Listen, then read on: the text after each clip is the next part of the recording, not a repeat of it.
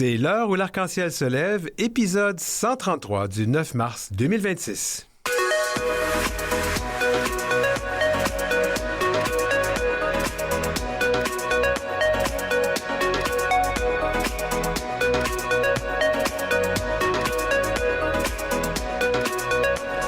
Au sommaire de cette émission, nous recevons Jean-Luc Romero-Michel, conseiller municipal et adjoint à la mairie de Paris pour une grande entrevue en deux parties. Gengis Grenier nous propose à sa chronique aux petits soins les familles comme source de stress pour les personnes de la diversité sexuelle et de genre. Et enfin, nous explorons l'univers des mangas queer avec Philippe Aubert-Côté dans le cadre de sa chronique Queer Côté Geek.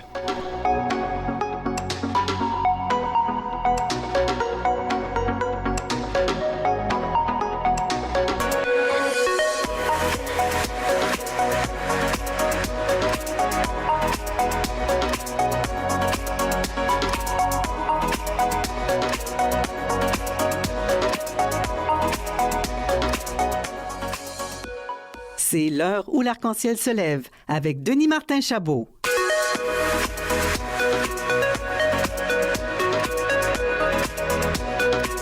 Entrevue. Jean-Luc Romero-Michel est le premier élu français à avoir déclaré sa séropositivité plus publiquement en 2002. Il a aussi été le premier politicien français à être victime d'un outing en 2000. Conseiller municipal du 12e arrondissement de Paris depuis 2014, également maire suppléant de Paris, Jean-Luc Romero-Michel est un militant pour les droits de la diversité sexuelle et de genre, pour les personnes vivant avec le VIH et du droit à mourir dans la dignité, un droit qui n'est toujours pas acquis dans l'Hexagone. Il est aussi très engagé dans le dossier du chemsex. J'ai rencontré Jean-Luc Romero-Michel lors de mon séjour à Paris l'été dernier et voici donc quelques segments de cet entretien. Comment peut-on être politicien dans un monde où la politique est en crise de confiance? On ne croit plus les politiciens. Comment on navigue là-dedans? Comment navigues-tu là-dedans? Comme tout le monde, difficilement, parce que quand tu as l'impression de donner beaucoup de ton temps, parce que quand tu fais de la politique, quand tu es élu, alors moi c'est vrai que j'ai un pied dans l'associatif et un pied dans la politique, mais quand tu es élu, tu consacres énormément de temps au détriment de ta vie personnelle. J'étais à Budapest pour la mairie, je rentre le dimanche à midi, à 15h. À 15h30, je suis au Solidaise pour représenter la maire tout l'après-midi et le soir pour accueillir une artiste dans mon arrondissement. Et ça, c'était une semaine normale, c'est-à-dire une semaine où je n'ai pas eu du tout de temps pour moi. Et c'est compliqué. Là, cette semaine, on a le Conseil de Paris. Donc, c'est de 9h à 21h. On continue quand même à y faire aussi quelques réunions importantes pendant ce Conseil. Tous les soirs, j'ai des dîners de travail. On vit assez mal le fait que les gens vous reprochent qu'on ne sert à rien, etc. Moi, j'ai l'impression qu'on fait avancer des choses, mais qu'ils généralisent avec certains élus qui ne font pas leur boulot, qui sont corrompus, etc. Et qu'en fait, tous les élus payent pour ça. Et puis aussi parce que beaucoup n'ont plus vraiment de conviction. On fait de la politique comme on fait une carrière. Alors pour moi, c'est pas une carrière. On fait pas une carrière politique. Et je vois de plus en plus de jeunes arriver. On pourrait les mettre à gauche, à droite. Ce serait presque la même chose. Ce qu'ils veulent, c'est être élus. Et je pense que le manque de conviction, surtout à un moment où il y a des populismes dans le monde entier, vous n'êtes pas épargné ni au Canada, évidemment avec les États-Unis, avec le terrible Donald Trump. Nous, en Europe, on n'est pas épargné avec Orban en Hongrie, avec une ministre d'extrême droite en Italie, avec un président d'extrême droite en Pologne.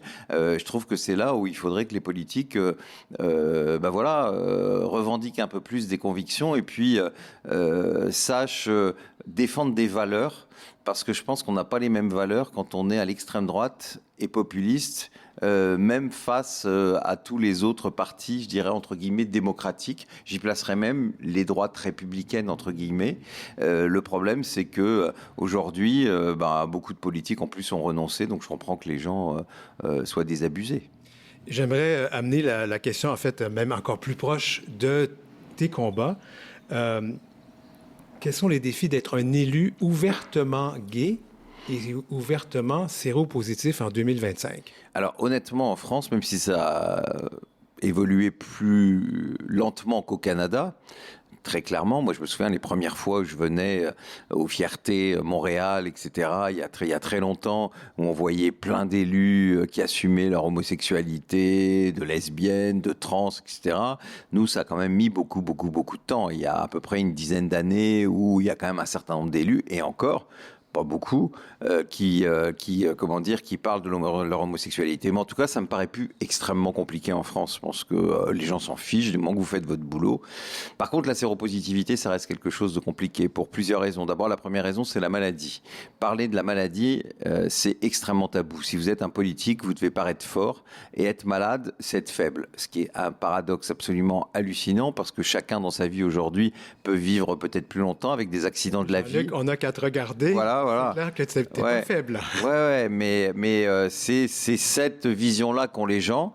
Et donc, très peu d'hommes politiques. Il y a eu le maire de Rouen récemment. Moi, j'étais avec lui en plus. On faisait une réunion sur le sida il y a 10 jours ensemble.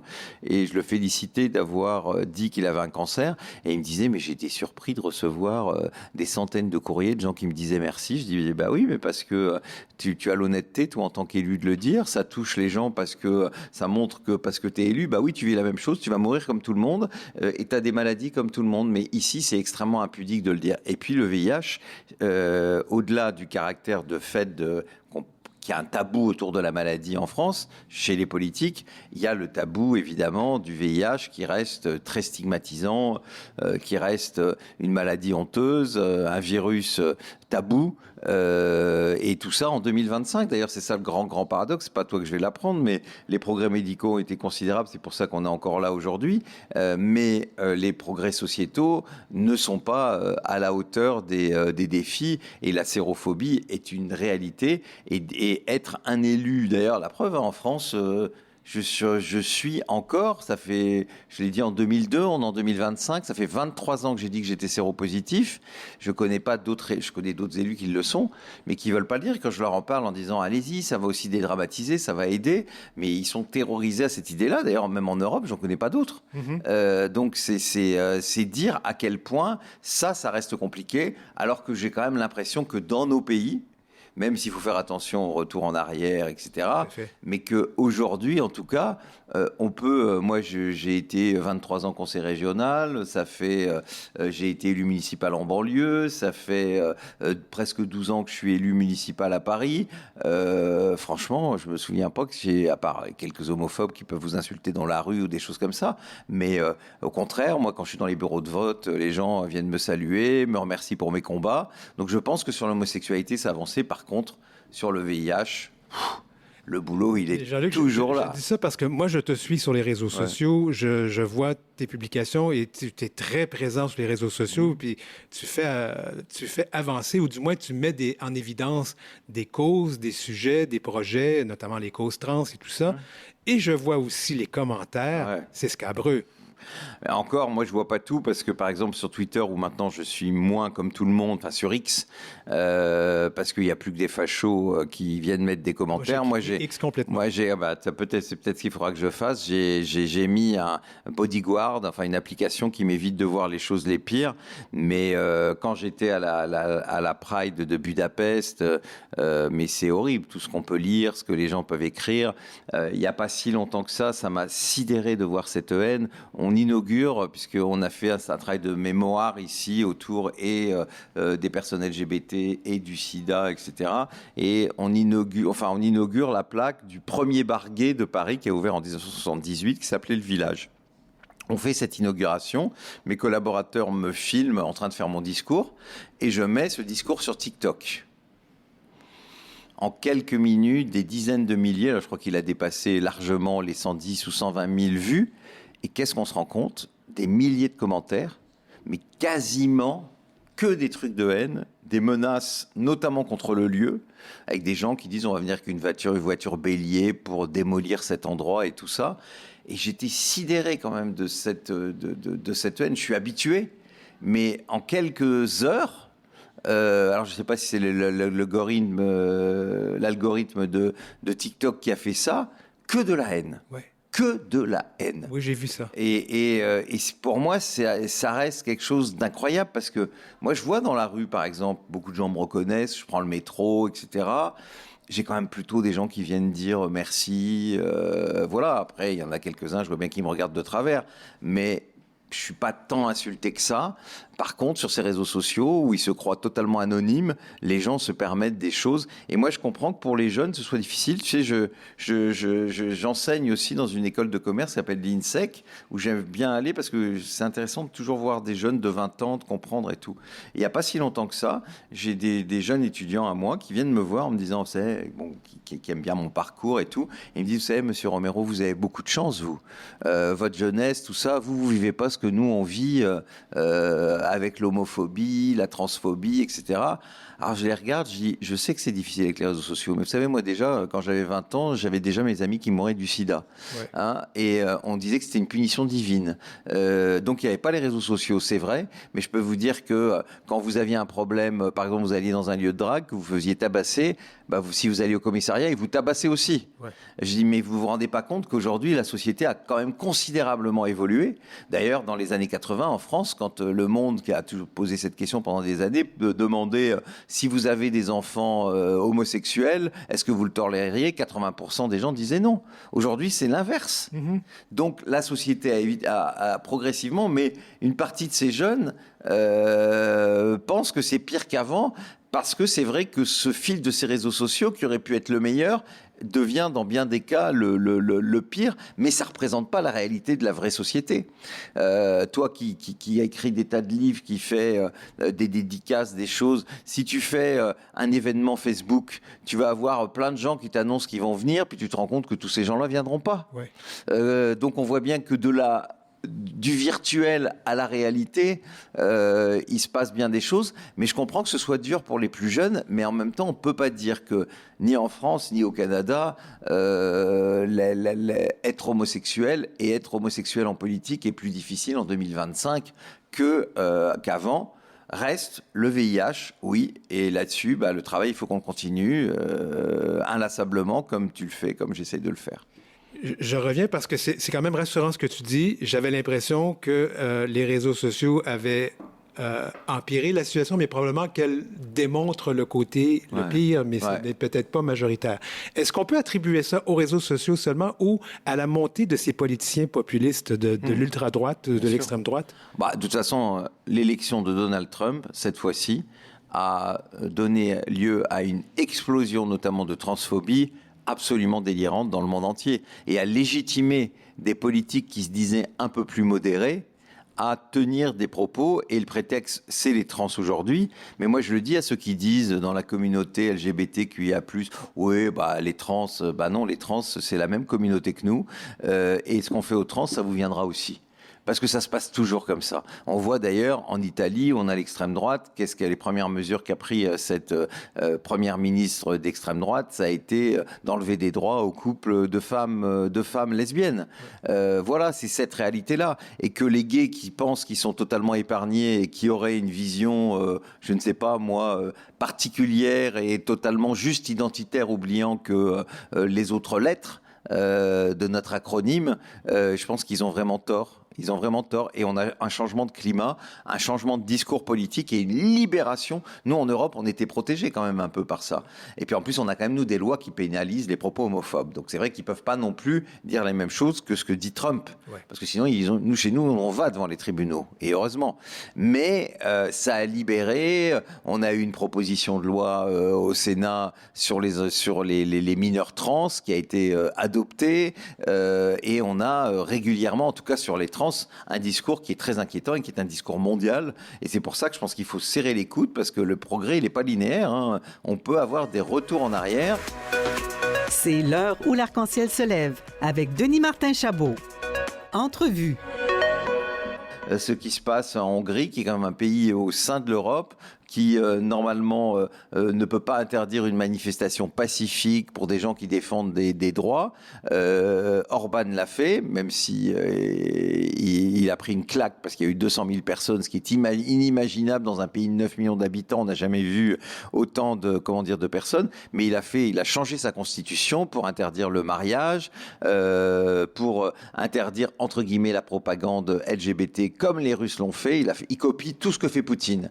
Et ça, c'est en Europe. Ouais. Donc je le dis, faisons attention, parce que dans nos pays, la contamination de ces dirigeants populistes, Trump, Orban, Erdogan en Turquie, Poutine, la situation en Russie, en Chine, enfin tous ces gens-là sont quand même des dirigeants qui prônent une homophobie. Je devrais dire LGBTQIA+ phobie, mais bon, je résume comme ça, d'État. D'État.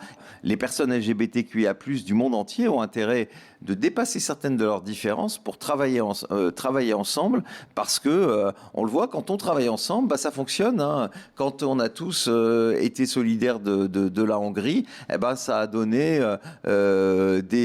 toutes les villes d'Europe qui sont allées les soutenir, plus de 70 parlementaires européens, et puis des centaines de milliers de Hongrois qui ont résisté.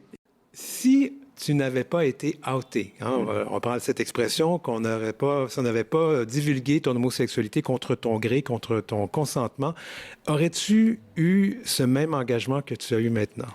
Bien sûr, parce que j'ai toujours été militant, toujours été aux marches, j'avais déjà créé élus locaux contre le sida, mais c'est vrai que j'avais pas dit officiellement je suis homosexuel, et je devais le faire à ce moment-là dans une interview au Monde qui était prévue, dans lequel il y aurait eu plein de questions sur les questions de société en général, et au milieu, j'aurais dit oui, je suis homosexuel. Alors on a tiré le tapis sous le pied. Et on m'a coupé l'herbe sous le pied. J'ai écrit mon premier livre qui s'appelait On m'a volé ma vérité. Et c'est un journaliste qui me voulait du mal, qui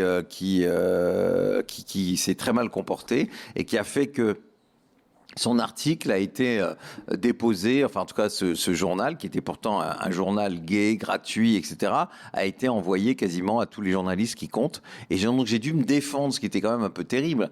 Moi qui a été au moment où j'allais faire mon coming out, je me suis retrouvé dans cette situation alors que j'avais rien à me reprocher. Et ça a été dans la pire des situations, parce que c'était le moment où on avait les débats sur le Pacs en France, qui était extrêmement violent. Et il y avait ACT UP, le mouvement de lutte contre le sida, qui disait qu'il allait dénoncer un élu qui avait participé, homosexuel qui avait participé aux manifs contre le Pacs. Cet élu, qui est devenu ministre de la Culture après, ce n'était pas moi, sauf que quand c'est sorti, beaucoup de gays qui ont fait l'amalgame, et j'ai reçu des tas de lettres d'insultes en disant c'est une honte, vous allez dans les manifs et tout, alors que moi j'étais dans le collectif pour le Pacs depuis le début, j'en étais membre, je faisais des réunions avec eux, etc. Je faisais des réunions en province et j'avais rien à me reprocher, donc ça a été très violent parce que c'était extrêmement injuste et que c'était à moi, au moment où j'allais le dire, je rappelle, on est quand même dans le contexte de avant l'année 2000, enfin dans les années 2000, dans un contexte où ici en France, il y avait juste Bertrand Delanoë qui venait de dire son homosexualité. Voilà, donc c'était pas aussi simple non plus que ça, et j'allais le faire et on m'a coupé l'herbe sous le pied. Alors ça a changé quelque chose, c'est que en fait moi je voulais depuis le début ne pas parler de mon... Enfin si, j'en aurais parlé forcément, mais je voulais parler de ma séropositivité parce que je trouvais que c'était important, parce que je m'étais engagé très tôt dans la lutte contre le sida, très, très, très jeune, quand Lynn Renaud a créé, la chanteuse Lynn Renaud, très populaire en France, qui a fait une chanson qui s'appelle Ma cabane au Canada, avait créé les artistes contre le sida. Moi j'avais 19-20 ans et je mettais sous enveloppe les invitations. J'étais proche de Lynn, dont je suis toujours resté proche, qui est une amie vraiment très très chère à moi, et donc j'étais très très engagé dans ces combats et je voulais dire ça. Et autour de moi, donc mon compagnon de l'époque était absolument opposé. Il était séro-négatif lui. Il me dit oui, moi je veux pas parce que ça veut dire qu'on va aussi me dire que je suis séro. Ça me concerne, je veux pas que tu le fasses. Ma mère était terrorisée à cette idée-là. Mon propre médecin qui était Willy Rosenbaum, qui est le co-découvreur du virus, me disait moi je pense que c'est t'as pas intérêt à dire ça. Et puis Sheila, qui est une chanteuse française, qui est la présidente d'honneur d'élus locaux contre le sida que je préside, me disait aussi, mais pourquoi tu as besoin de le dire publiquement? Et moi, je leur disais, mais attendez, je vais partout en disant que c'est pas un virus honteux, que c'est pas une maladie taboue, et en même temps, je le dis pas moi-même. Je dis, il y a un moment, pour moi, ça devient difficile. Ça devient compliqué. Et donc, il m'avait plus ou moins convaincu à ce moment-là, et puis il y a eu cet outing, et après je me suis dit, ah là, j'ai pas envie que demain, quelqu'un dise que je suis séropo à ma place. Parce que franchement, ce combat, je le porte depuis que je suis séropo, depuis que j'ai perdu tous mes amis du VIH, et j'aurais trouvé ça extrêmement violent, et donc c'est comme ça que, après, je l'ai dit, que j'étais, en 2002, que j'étais séropositif, et je pense que ça, je le regrette pas, et que ça m'a sûrement d'abord donner plus de crédibilité dans ce combat que je menais, parce qu'au moins quand je parle de choses, des traitements et tout, je sais ce que c'est, hein, parce que je les teste, que j'ai connu les pires choses comme les meilleures, et donc ça me donne une certaine crédibilité, et ça, peut-être que ça a amplifié les choses, j'en sais rien. En tout cas, moi je sais que le jour où j'ai appris que j'étais séropo, j'avais 27 ans, je savais que je ne ferais pas une carrière comme tout le monde, parce qu'à cet âge-là, je pensais même pas que je connaîtrais mes 30 ans, donc si tu veux, je ne pouvais pas imaginer faire une carrière politique classique. Et je savais que forcément, je prendrais des engagements forts parce que j'étais dans une espèce d'urgence. Comme toutes les personnes qui, à cette époque-là, découvraient leur séropositivité parce qu'ils savaient qu'il n'y avait pas de traitement et que la plupart d'entre nous mourions dans des conditions extrêmement difficiles. Donc je pense que au-delà, cette révélation n'a pas été, moi, ce qui a changé ma vie, c'est ma séropositivité. Peut-être que si je n'avais pas été séropositif, j'aurais peut-être été un connard d'élu qui aurait pensé qu'à faire carrière, à avoir le plus d'argent possible, le plus de responsabilités, enfin d'honneur surtout. J'ai à croire ça, Charles. Ouais, mais peut-être, mais j'en sais rien. J'en sais rien. J'aurais peut-être été un sale type qui ne pensait qu'en politique, j'en connais quelques-uns, qui pensent qu'à leur carrière, qui sont prêts à marcher sur tout le monde. Peut-être que j'aurais été comme ça. En tout cas, moi, je suis sûr que ce virus, alors c'est terrible parce que je ne veux pas dire aux gens, surtout vous infectez pas au VIH, mais moi ce virus il m'a rendu meilleur, j'en suis persuadé. Et puis il m'a permis sûrement, tu vois, si demain je meurs, ce que je veux, c'est pas mourir dans la souffrance, je me suis assez battu pour le droit de mourir dans la dignité, il m'arrive un accident, j'ai une crise cardiaque et tout, mais je dis aux gens, mais ne pleurez pas, j'ai eu une super vie, parce que j'ai vécu vraiment le moment présent, ce qui est très difficile dans nos sociétés. C'est possible en Thaïlande, dans les pays bouddhistes, mais dans nos pays à nous, c'est très compliqué. On est toujours, il faut toujours anticiper, etc. Eh bien, grâce à ce virus, moi, j'ai toujours su qu'il fallait profiter du moment présent. Et donc, je n'ai aucun regret. J'ai fait tous les voyages que je voulais faire et je continue à en faire et j'en ferai tant que je pourrai encore parce que j'adore voyager. J'ai fait toutes les choses que j'aimais. Je ne me suis privé de rien, donc j'ai pas de fortune personnelle parce que j'ai dépensé mon fric au fur et à mesure. Mais je n'ai aucun regret. Et ça, peut-être que si j'avais pas eu ce virus, j'aurais fait comme beaucoup. J'ai pas d'appartement à Paris parce que j'avais pu m'en acheter parce que il aurait fallu dès le départ que je le fasse. Mais au final, j'ai pas de regret de ça parce que je ne me suis pas privé et j'ai vécu comme j'avais envie de vivre et j'ai peut-être plus fait attention aux gens que j'aimais autour de moi et donc voilà, ce virus m'a rendu meilleur et je crois que c'est ça qui m'a changé, que cet outing, c'était un moment très désagréable parce que je trouvais que c'était très injuste, moi qui portais ces combats depuis toujours, de me retrouver dans cette situation d'accuser avec des gens, à l'époque j'étais pas très connu, de gens qui me découvraient, qui me prenaient pour une espèce de pédé honteux, donc c'était dur, en plus qui se trompaient avec quelqu'un qui était à une manif homophobe, que ce que j'ai jamais fait de ma vie évidemment, mais voilà, donc c'était un moment difficile de ma vie, c'est vrai, je le reconnais, mais ce qui m'a vraiment fait changer, c'est le VIH. Et au final, je sais pas, 87 aujourd'hui, presque 40 ans plus tard. 39 ans, ouais. Je me dis que ce virus, vraiment, il m'a aidé à vivre mieux. Tu portes aussi le combat du chemsex. Oui. Alors, pourquoi le chemsex, c'est quelque chose qui t'interpelle? Alors bon. J'ai lu le livre. Tout le monde, non, mais tout le monde pense que c'est quand même que après la mort de mon mari Christophe, qui est mort au cours d'une soirée chemsex, que je me suis engagé, mais mon engagement est préalable. Il s'est juste vraiment extrêmement renforcé après, puisque j'avais conscience de ce qui se passait, que j'ai été un des premiers élus à m'intéresser à la question, qu'Élus locaux contre le sida, qui est une association que je préside, a été aussi une des premières associations à sensibiliser sur la question. Et puis m'arrive en mai 2018, ce drame où mon mari meurt au cours d'une séance de chemsex et dans lequel je me suis dit, mais moi j'ai pas envie qu'il y ait d'autres Christophe qui meurent, quoi. Et il faut qu'on se bouge et personne n'en parle. C'est un sujet tabou dans la politique et j'avais un peu l'impression qu'on était comme au début des années SIDA parce qu'on croyait que ça touchait que les gays. Que les gays qui s'envoyaient en l'air. Hein, voilà. Et que donc personne s'y intéressait. Il faut quand même savoir qu'en France, il a fallu attendre 1987 pour que Mitterrand dise le mot sida et que c'est un peu grâce à Chirac qu'on a eu enfin en 87 une année grande cause nationale, qu'on a enfin permis la vente libre des seringues qui était interdite jusqu'en 87. Donc t'imagines l'épidémie qu'on a eue chez les usagers de drogue jusqu'à cette époque-là. La publicité sur les préservatifs était aussi complètement interdite. C'est complètement aberrant. Et j'avais un peu cette impression-là. Aujourd'hui, en France, et je vois globalement dans le monde, parce que moi, quand j'étais à Budapest, là récemment, on a eu une réunion avec tous les élus des grandes villes européennes. Et je me suis rendu compte que Paris, avec un peu Amsterdam, est une des rares villes à avoir un plan stratégique sur le chemsex.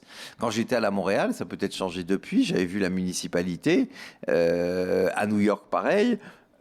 Ils soutiennent des assos qui font un peu du travail, mais les mairies ne sont pas vraiment impliquées dans un problème dans lequel j'estime qu'elles sont là parce qu'elles peuvent jouer le rôle de coordination. Nous, c'est ce qu'on fait à Paris avec un comité stratégique où il y a les associations, les institutions sanitaires, l'enseignement, etc., le corps médical, les centres de santé sexuelle, et on essaye de travailler ensemble, de mieux se coordonner. On est la seule ville au monde à avoir sur le site officiel de la mairie une cartographie qui permet à une personne qui pratique le chemsex de savoir où aller tester ses produits, où aller chercher du matériel d'injection, parce que de plus en plus slam, comme on dit, c'est-à-dire se l'injectent, pour aller dans des groupes de parole s'ils ont besoin de parler, ou pour aller se faire soigner s'ils ont envie de se sortir de cette addiction. Et nous, on a ça, vous allez sur le site de la mairie, en plus il vient d'être étendu au département de la Seine-Saint-Denis, au nord de Paris.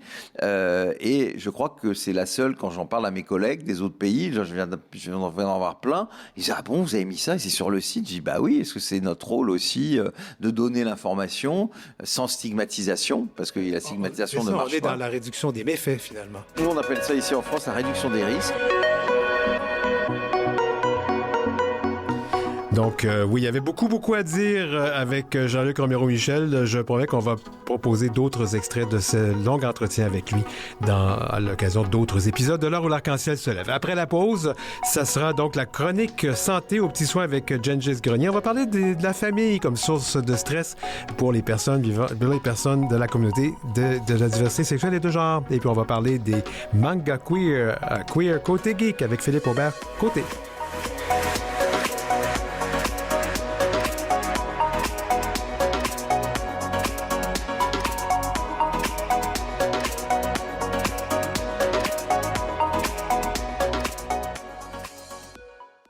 C'est l'heure où l'arc-en-ciel se lève avec Denis Martin Chabot. Aux petits soins, notre chronique santé.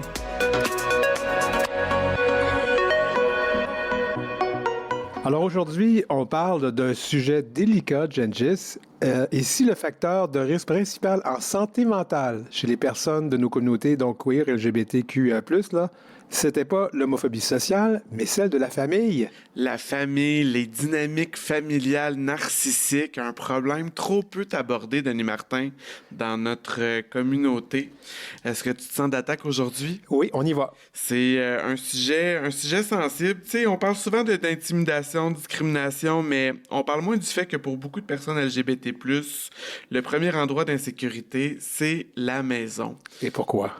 Pourquoi? Ben, on peut parler souvent, là, on mettra pas toutes les familles dans le même panier, hein? Il y a des familles dans lesquelles ça se passe bien, il y a des fois où il y a de la réconciliation, mais il y a des fois où les dynamiques malsaines vont persister, puis souvent, dans la communauté LGBT, les personnes gays, trans, queer vont vivre une dynamique narcissique dans laquelle ils vont être confrontés à de la manipulation, à une forme de manipulation émotionnelle où ça peut se qualifier par plusieurs choses. Si je pense à un de mes meilleurs amis, tu sais, qui est très affiché, qui est très impliqué dans la communauté, il m'a montré un espèce de long message reçu de sa sœur. Ah ouais? Ah ouais, sa sœur qui est contre le fait qu'il s'affiche en public, qui est contre le fait qu'il met des photos avec des personnes ouvertement LGBT, puis lui dit en résumé, si tu ne retires pas toutes les photos, si tu changes pas ta personne, si tu continues de t'afficher publiquement,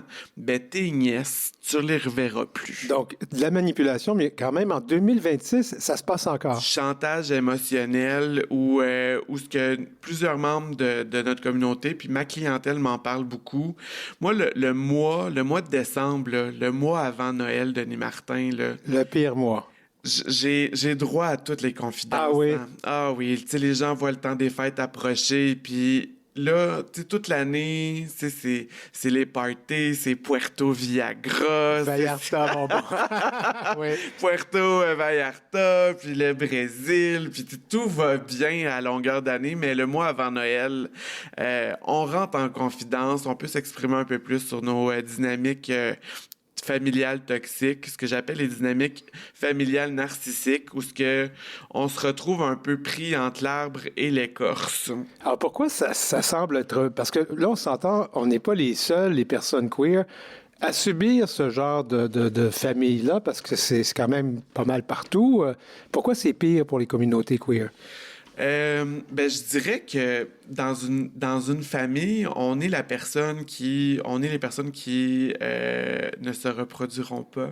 Ouais. On n'amènera pas du nouveau à la famille. On est clairement en marge. On est clairement en marge, puis on n'amènera pas un phénomène de renouveau avec des petits-enfants plus souvent qu'autre chose. Là, je ne mettrai pas tout le monde dans le même panier, mais parce qu'il y a des familles il y a des familles queer qui ont des enfants. Oui, quand même. Oui, il y a des familles homoparentales, là, ils sont existantes, mais tu sais, la plupart d'entre nous vont faire le choix de ne pas avoir d'enfants pour des raisons de simplicité, puis pour se réapproprier une vie souvent qui nous a été enlevée. Tu sais. Dans le temps des fêtes, il y a la manipulation classique qui revient. Tu sais, c'est « Ah, ben là, si tu viens pas nous voir, on se reverra pas. » Ça paraît rien, cette petite phrase-là, mais c'est renvoyer tout le poids sur les épaules de la communauté LGBT. La charge mentale. La charge mentale que si tu fais pas l'effort, on se reverra pas. Mais tu sais, ça veut aussi dire que si on ne va pas visiter notre famille fera jamais l'effort de venir nous voir. Ça, c'est un discours qui revient souvent, ça, dans mon bureau. Les 4 semaines avant Noël, tu sais, il va falloir que je me déplace. Il faut que j'achète des cadeaux pour mes neveux et mes nièces. Mais tu sais, en bout de ligne, quand ils reviennent, ces patients-là, en janvier, ben tu sais, personne leur a offert de cadeaux. Ça leur a coûté 2000 $ en déplacement, en cadeaux et tout. Puis, et en santé mentale. Et en santé mentale, parce que, tu sais, dans le fond, on se donne corps et âme pour notre famille, puis on n'est jamais à la hauteur, finalement. Tu sais. On se fait toujours remettre au pied du mur en disant que si on fait pas les efforts, si on se déplace pas, tu sais, ça va être de notre faute si ça fonctionnera pas. Tu sais, tu comprends ce que je veux dire? Donc, ça amène des problèmes, des enjeux de santé mentale.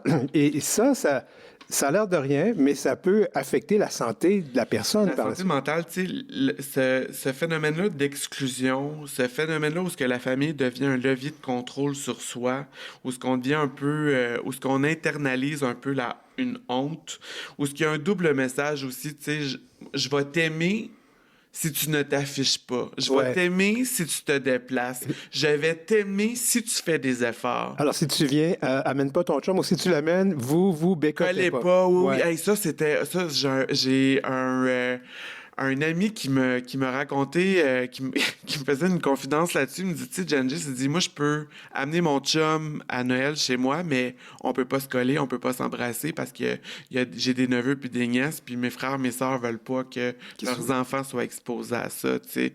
Hey, c'est quelque chose, t'es avec ton conjoint, puis là, faut faire attention à tout ce qui se dit, tout ce qui se fait, puis en plus, la famille va le présenter comme un ami. Un ami, ah oui. Quel culot! Pareil, hein? Mais en fait, c'est intéressant, j'ouvre une parenthèse, mais les enfants, donc, ne sont pas exposés à des modèles des modèles, des personnes modèles positives. Et si ces enfants-là s'avèrent d'être gays ou lesbiennes ou quoi que ce soit, ben, ils grandissent sans avoir connu, alors qu'ils auraient pu être exposés puis d'avoir eu un impact positif. Un modèle positif, à une personne de référence, tu sais. Tout ça sur notre poids, qu'est-ce qu'on constate dans la communauté, tu sais? Oui, on a un penchant pour les festivités, pour s'éclater, pour oublier tous ces petits problèmes-là. Au travail, Denis Martin, on s'entend qu'on est tous des modèles d'hyper-performance. Oui. On veut chercher la gratitude, on veut obtenir l'approbation, on veut se faire valider. C'est toutes des choses qui vont peser finalement là, en bout de ligne sur notre santé mentale individuelle, mais tout à la fois collective aussi. T'sais. Donc, on reproduit ce modèle-là, puis moi je t'avoue, ce que tu viens de dire là, ça me ressemble beaucoup au niveau du travail. On se rejoint tous là-dedans, je pense bien. Mais donc, ce poids sur la charge mentale des personnes gays, des personnes queer, ben, comme je dis, ça a un impact.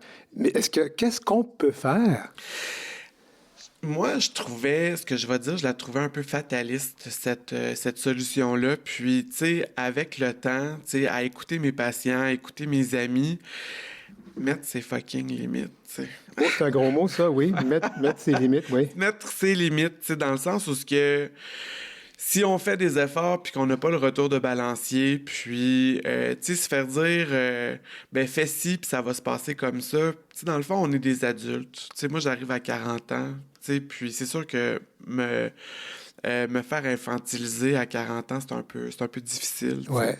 Moi, si tu fais ci, ben, ça va se passer comme ça. Puis moi, je vais accepter si tu fais ça, si tu fais ça. Ta famille écoute, là, ils vont réagir, là? Moi, ma famille, j'étais en mode réconciliation avec eux. La réconciliation a eu lieu il y a quand même un certain moment, mais il y a encore des fois, comme dans toutes les familles, des dynamiques qui peuvent être un peu plus difficiles. Tu sais, un heads-up aux familles où il y a une personne LGBT, puis... Tu sais, dans la fratrie, des fois, c'est pas juste la relation avec les parents. S'il y a une autre personne qui a une personnalité difficile puis que va instaurer une dynamique d'autant plus complexe parce qu'il y a déjà l'enfant LGBT ou le frère LGBT à gérer. Là, si jamais tu avais une sœur ou un frère qui rajoute une composante difficile avec les parents ou avec d'autres membres de la fratrie, puis tu sais, on peut subir un double rejet. Oui. Ou, tu comprends ce que je veux dire? Et puis je vais encore ouvrir une parenthèse parce que je l'ai vécu, moi, dans ma famille, et je n'aimerais pas parce que moi aussi, ma famille écoute, mais je me rappelle, à un moment donné, on m'a dit, ben là, on ne te laissera pas garder notre fils. Tu sais, après tout, t'es gay. Et, tu sais, ça venait pas... Je pense pas que c'était méchant, mais je l'ai très mal pris. J'ai jamais rien dit là-dessus. Dans ton cas, à toi, ils ont eu quand même le courage de te le dire. Ouais. T'sais. Moi, dans mon cas, jamais que je suis sollicité pour garder mes neveux et mes nièces, puis ils vont toujours trouver des excuses. Ben non, c'est parce que t'es toujours occupé, Gengis. Tu vois, ils renvoient la faute comme si c'était de ma faute que... Et moi, sous-jacent à ça, il y avait le fait que j'ai le VIH aussi, qu'on avait peur d'exposer les enfants. Des fois, je me demande, ils ont-tu peur qu'on les agresse sexuellement? C'est quoi leur peur qu'on puisse être le gunkle, tu sais, l'oncle gay qui font rire et qui anime les neveux puis les nièces? Moi, ça me fascine, ça va toujours me fasciner, ça, le fait que mon frère me demande jamais. Puis quand que je lui demande pourquoi En fait, moi, j'ai demandé à mon frère, pourquoi tu me demandes jamais de garder tes enfants? Est-ce que tu as peur que j'agresse sexuellement ton fils? Est-ce que tu as peur que... Je sais pas. Raconte-moi pourquoi tu me le demandes pas. Il dit, ben là, Gengis, il dit, c'est à cause que t'es trop occupé, tout ça. Puis pourtant, à la fin de semaine, tu sais, je fais mon lavage, puis j'occupe mon temps comme tout le monde, là. Puis si t'as besoin de lavage, je peux te refiler le mien aussi. Fait que c'est toutes ces petites dynamiques-là qui peuvent venir nous mettre un poids supplémentaire sur les épaules. Puis là, des fois, il peut y avoir un poids supplémentaire quand tu as un membre de ta fratrie ou un parent qui va compliquer les choses avec d'autres types de manipulations, de mensonges. Ben, ça nous rajoute un double poids sur les épaules parce que, tu sais, en bout de ligne, c'est toute cette dynamique-là familiale est plus difficile. Est-ce que c'est à cause de nous? Ouais. Cette question-là, on va se la demander tout le temps parce qu'on a toujours l'impression, on nous donne toujours l'impression que c'est toujours à cause Mais de c'est nous. comme ça qu'on est socialisé. Maintenant, bon, tu parles d'établir ses limites. Ça veut dire aussi de faire un certain deuil vis-à-vis la famille idéale. On parle de deuil invisible. Oui. sais, parce que le modèle de la famille idéale, la plupart d'entre nous, surtout, tu sais, les milléniaux et avant moi, on la connaîtra jamais. Tu sais, on est capable d'avoir une idée, on est capable de regarder un film, c'est ce qui nous rend sensible, justement, quand on regarde le cinéma. Tu sais, on se dit, ah, ben, tu sais, ça aurait pu être ça, mais ça le sera jamais, tu sais. Fait qu'on va parler un peu plus de famille choisie. Hein? La famille choisie, on a cette résilience-là dans la communauté de pouvoir se rebâtir, de se réentourer de gens bienveillants qui nous manipuleront pas, qui nous feront pas sentir coupables à la moindre occasion, puis qui vont nous donner de l'amour, chose que des fois on ressent, qu'on a moins l'opportunité de vivre avec notre propre famille immédiate. Fait qu'on a ce qu'on appelle une famille reconstruite. Puis moi, j'encourage vraiment tout le monde. Tu sais, c'est les gens qui sont pas capables de se retrouver avec une famille saine, qui vivent une dynamique narcissique où qui sont toujours les coupables de tout et de rien, ben, tu sais, de vraiment plus de s'entourer de leurs amis puis de mettre une limite à leur famille biologique, là, tu sais. On conclut ça comment? On conclut ça qu'il faut garder espoir, Denis Martin. Tu sais, moi puis mon espoir, j'aime ça. Ce n'est pas niaiseux, c'est très bon. Tu sais, dans le sens où moi, j'encourage les gens à mettre une limite. Tu sais, je dis pas de couper tout contact, tu sais. Mais, par exemple, je vais te visiter une fois. Ben, tu sais, je vais attendre en retour que tu viennes me visiter une fois également dans l'année, tu sais. Que ça soit pas juste une relation à sens unique. Merci beaucoup, Gengis. Au mois prochain. Bye-bye. C'est l'heure où l'arc-en-ciel se lève avec Denis Martin Chabot.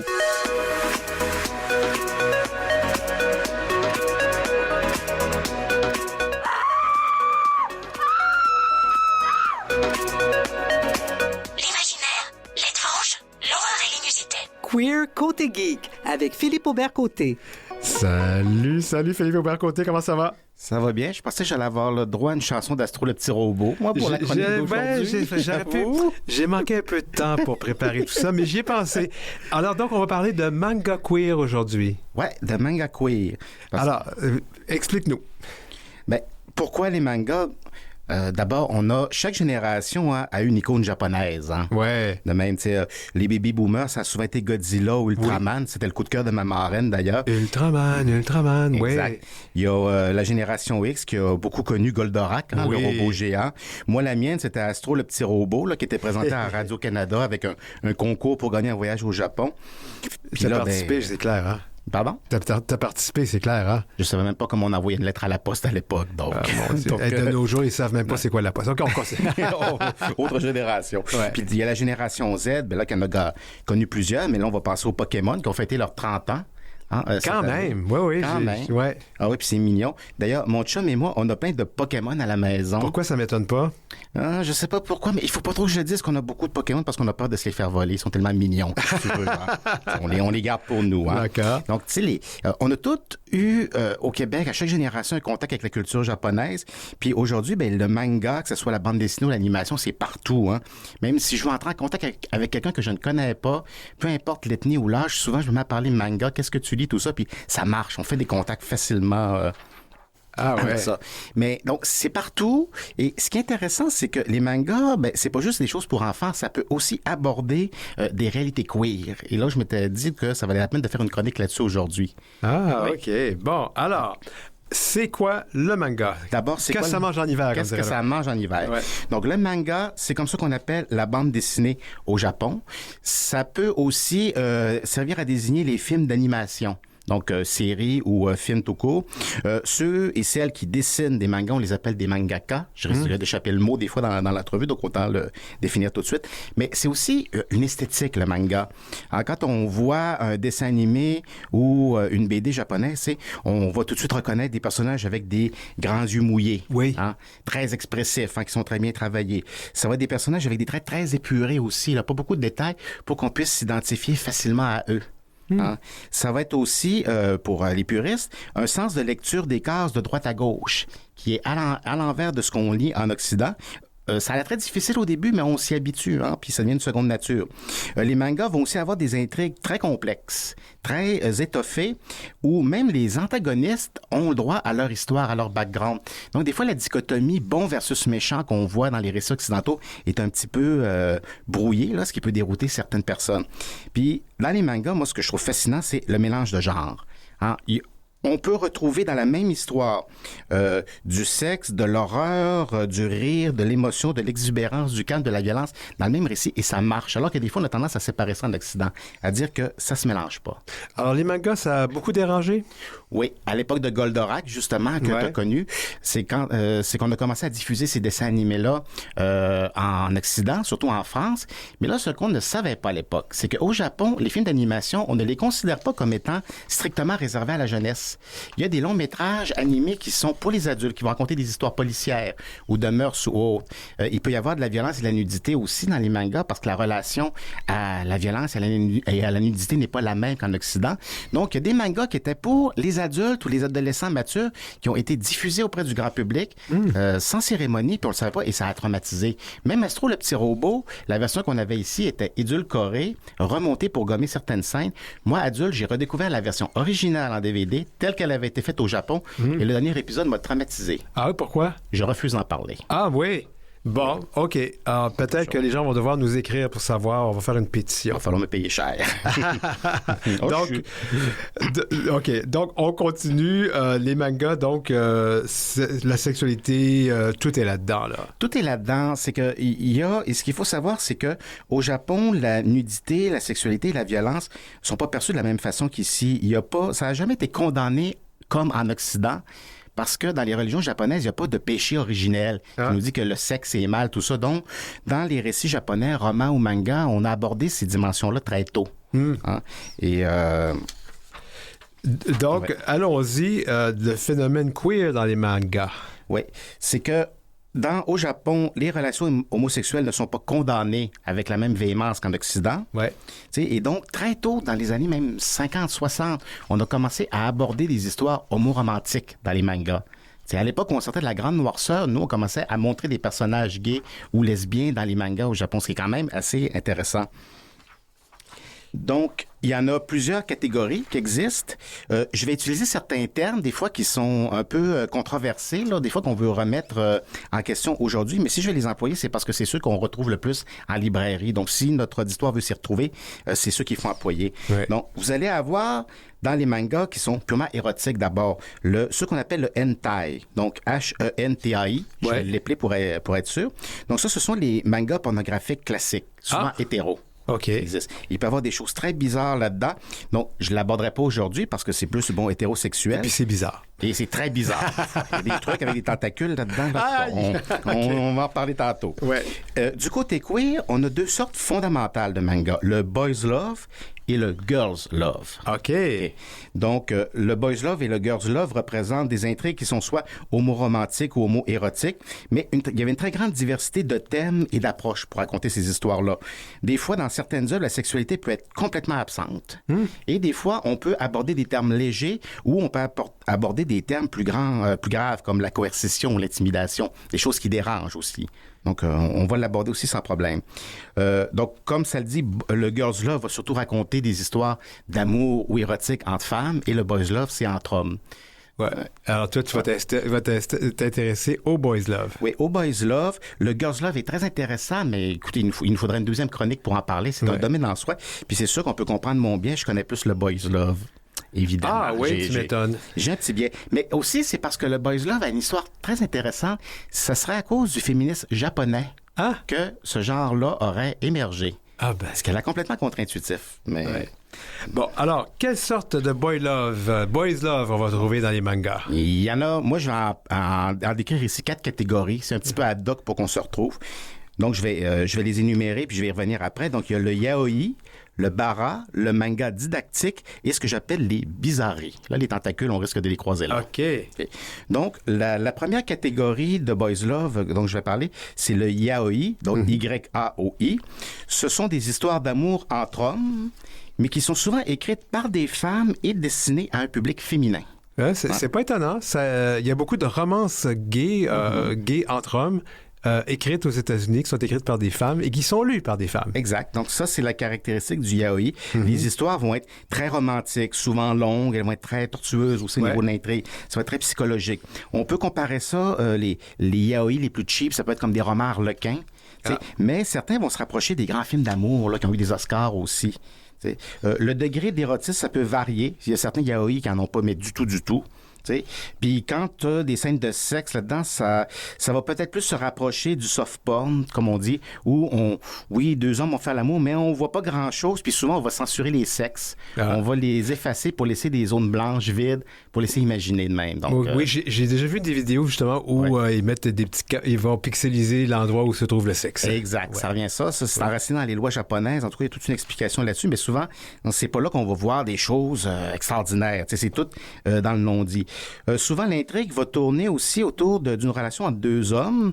Normalement, un qui va être plus fort et viril, puis un autre qui est plus faible. Puis les hommes vont être minces, ça va être sans pilosité, très élancé, souvent des effets même un peu.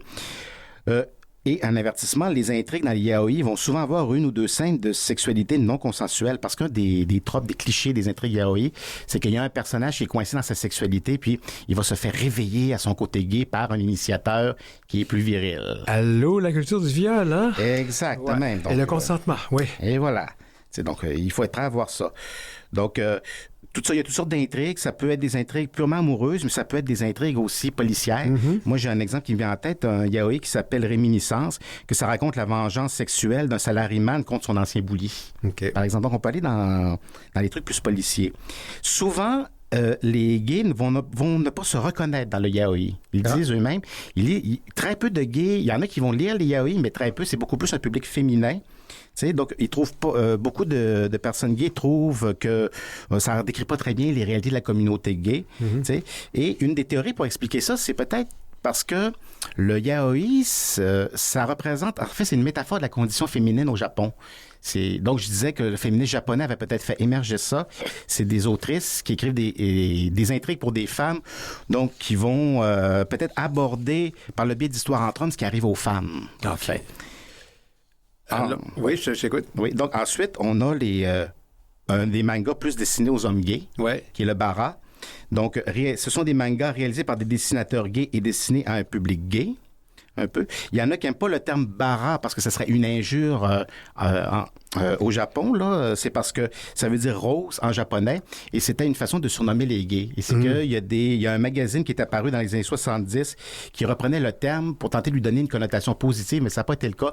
Les Japonais l'ont abandonné, mais c'est imposé en Occident. Donc, certains préfèrent parler de manga gay. Okay. Et dans le bara, on va rencontrer des hommes là beaucoup plus virils, poilus. Il y a la diversité corporelle. On est loin des effets que dans le yaoi. Les intrigues vont être plus directes, plus crues. Aussi, des fois, c'est une historiette qui dure quelques pages. Les scènes de relations sexuelles vont être beaucoup plus explicites.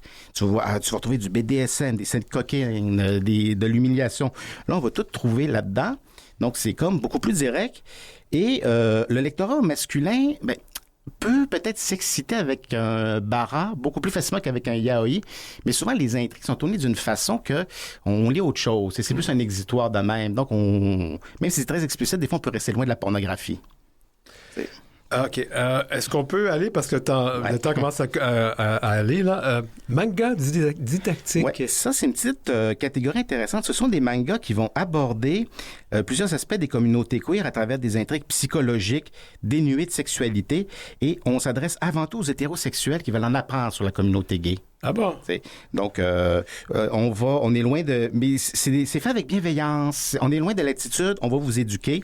Donc, c'est des histoires très psychologiques. Puis des fois, entre les chapitres, on a des petites capsules documentaires qui nous disent d'où vient le drapeau gay, qui nous explicitent certaines pans de l'histoire gay, etc., etc.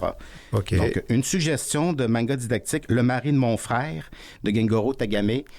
Précipitez-vous là-dessus. Là, c'est un très bon exemple du genre. Les bizarreries. Ouais. Ce qu'il faut savoir, c'est que dans l'art érotique japonais, souvent on va trouver des monstres ou des hybrides humains animaux qui ont une sexualité. Ça remonte à l'Antiquité, cette représentation-là. Mais les BDistes japonais, s'en sont emparés puis l'ont sexualisé. Donc, vous allez avoir toutes sortes de monstres, des fois... qui vont pouvoir interagir avec des êtres humains. Je pense à un manga, par exemple, où on nous racontait l'histoire d'un soldat qui est perdu en forêt et la forêt lui fait l'amour. Oh! Je vous laisse imaginer c'est quoi. Ouais, les troncs d'arbres. Pas juste ça. Pas juste ça. Et autre petite anecdote, ovni, on a dit... Ouais, c'est qu'on a aussi dans ce que j'appelle des ovnis, il y a un manga qui s'appelle, excusez mon anglais, de sommaire de sommet Hikaru died. Ça, c'est une métaphore des amours entre adolescents. Il y a deux amis et l'un des deux, Hikaru, a disparu en montagne et est revenu. Et là, son meilleur ami se rend compte que Hikaru, ce n'est plus Hikaru, c'est un monstre qui a pris sa peau et qui s'est mêlé aux êtres humains pour mieux les connaître. Mais lui, il sait que c'est un monstre, puis il dit « Je sais que t'es pas Hikaru » de même. Et là, il y a une relation amoureuse qui se développe entre les deux. Il y a Netflix qui en livre une adaptation animée en ce moment, qui est très intéressante. C'est très spécial, mais c'est une métaphore de la découverte de l'amour à l'adolescence. On conclut? On conclut. Quelques conseils. Si vous voulez explorer le monde du manga queer, moi, je vous donne un conseil. Allez toujours les acheter en librairie auprès d'éditeurs officiels ou dans des événements. Si vous êtes à Montréal, je recommande Planète BD, Librairie Z. Si vous êtes à Québec, la librairie Pantoute a une super section manga. Sinon, à Montréal, dans les événements, vous avez le Takuton, gros festival d'animation et de manga japonais qui se tient pendant la fierté et qui offre des programmations consacrées exclusivement au yaoi et au yuri. Merci beaucoup. On va aller chercher des Pokémon. Ouais, faut que j'aille les nourrir d'ailleurs, c'est l'heure.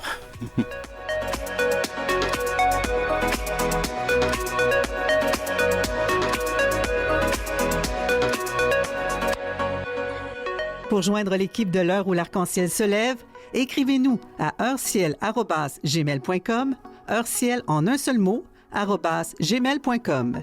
Suivez Denis Martin Chabot sur Facebook et Instagram. @DM Chabot Auteur et sur LinkedIn, Denis Martin Chabot. Eh bien, c'est tout pour l'épisode 133 de l'heure où l'arc-en-ciel se lève. Merci à nos invités et chroniqueurs Jean-Luc Romero-Michel, Gengis Grenier et Philippe Aubert-Côté. Et puis, merci aussi à Godéric Trobe et Marie Massé à la recherche et à Mathieu Tessier à la mise en onde. Je m'appelle Denis Martin Chabot, je réalise et j'anime cette émission. À la semaine prochaine!